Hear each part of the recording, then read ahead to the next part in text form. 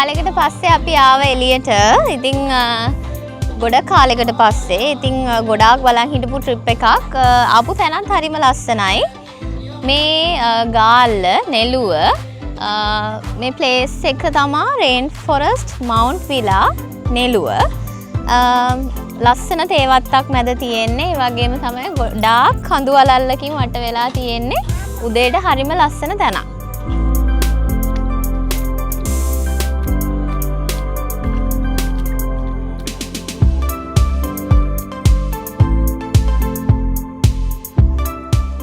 මේ ප්ලේස් එක හරිම ලස්සනයි උදේට. උදේ පාන්දර පූල් ඒරියා එකට ගියාම මීදුමත් එක්ක හරිම ලස්සනට පේනවා. ඒ වගේම වටේම කන්ද. ඉතින් කියන්නේ බජට් ප්ලේස් එකක්. ඒ ගෙවන ගානට හරිම වර්ත්.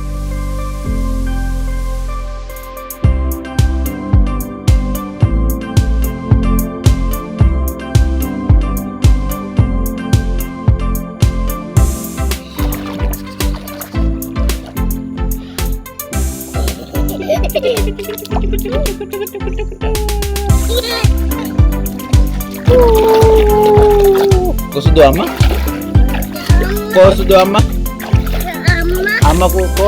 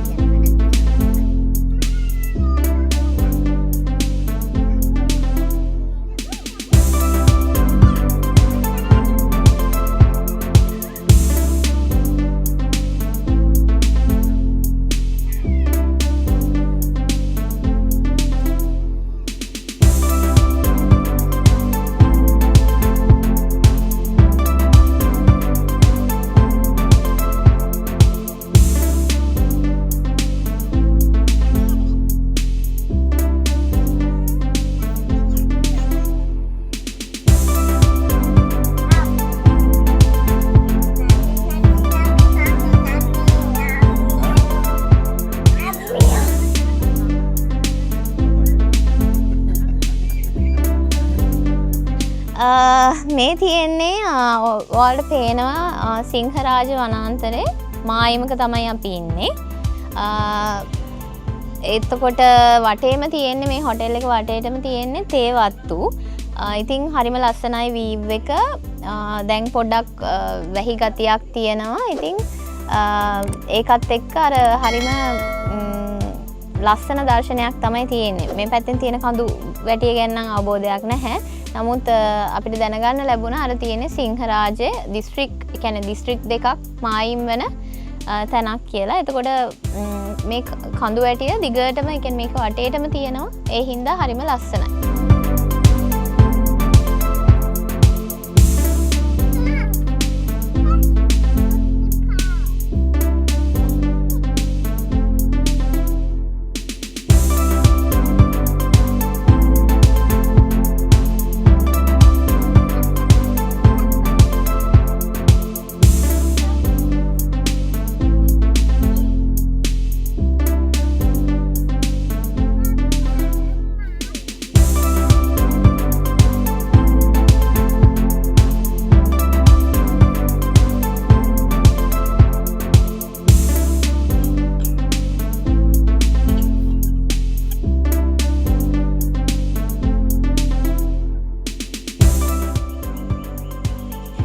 අපි ඉතින් ආවේ වෙසක් එකට. ඇත්තටම යුවින්ගේ බර්ත්ඩේ එකක් තිබ්බා, ඒවත් එක්ක තමයි. ඉතින් ඈතින් ලස්සන පන්සලකුත් පේනවා. ඊයේ එක මේ බල්බ් වැල් දාලා වෙසක් කුඩුපත්තු කරලා රැට ලස්සනට පෙනුණා. ඈතින් පන්සලක් පේනවා. ඔයාලා දැක්කොත් දොළ පාරක් තියෙනවා ලස්සන. මෙතෙන්ට පේනවා.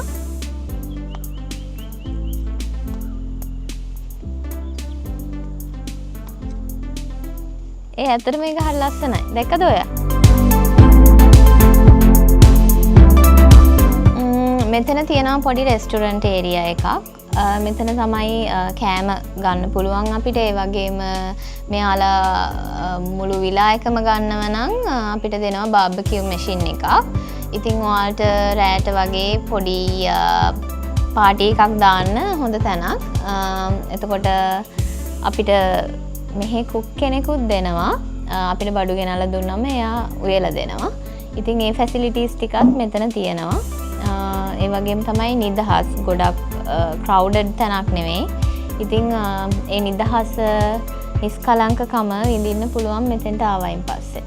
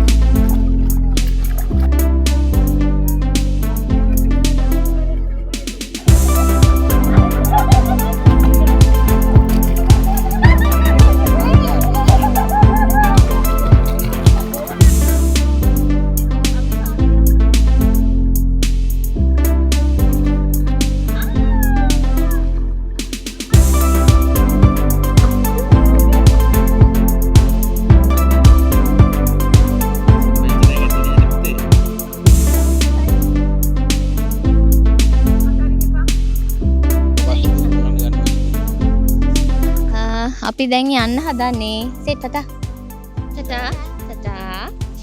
අපි හොටෙල් එකේ ඉඳන් යන්න හදන්නේ. මට කලින් කියන්න අමතකුණා මේකේ තියෙනවා කාමර වර්ග 4ක්.